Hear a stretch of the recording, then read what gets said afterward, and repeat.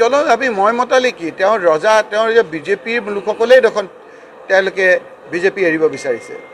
যিসকল বিজেপিয়ে কংগ্ৰেছৰ দীঘলীয়া তৰুণ গগৈ ডাঙৰীয়াৰ শাসনকালত বিজেপি দলটো ধৰি ৰাখিছিল, সেই লোকসকলে এতিয়া হিমন্ত বিশ্ব শৰ্মা কংগ্ৰেছৰ পৰা যোৱা নতুন বিজেপি নেতাৰ উৎপাতত থাকিব নোৱাৰা এটা অৱস্থা হৈছিল।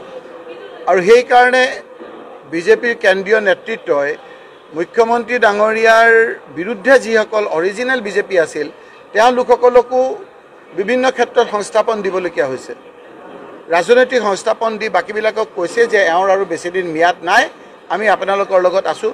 তেওঁ এতিয়া যে ৰাজ্যপাল দিবলগীয়া হৈছে, এতিয়া যিসকল ৰাজ্যসভাৰ সদস্য হৈছে সেইটো জলজন পটপটিতে স্বীকাৰ নকৰিলোঁ যে মুখ্যমন্ত্ৰীৰ কথামতে হোৱা নাই।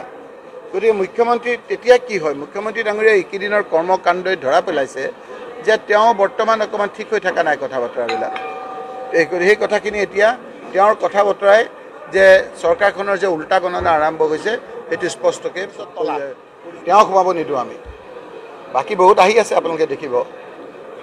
তেওঁ তলাক, তেওঁ ৰাজ্যসভাৰ টিকেটেই দিব পৰা নাই, তেওঁ বিজেপিৰ বেয়া পোৱা মানুহকেইটা ৰাজ্যপাল হৈ আছে।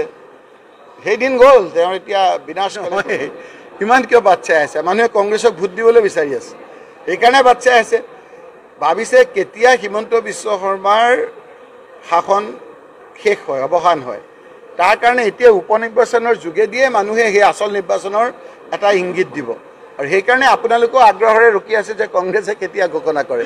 সময়তে ঘোষণা কৰিব কংগ্ৰেছে, নিৰ্বাচনৰ আগতো ঘোষণা কৰিব লাগিবই, নালাগিব জানো?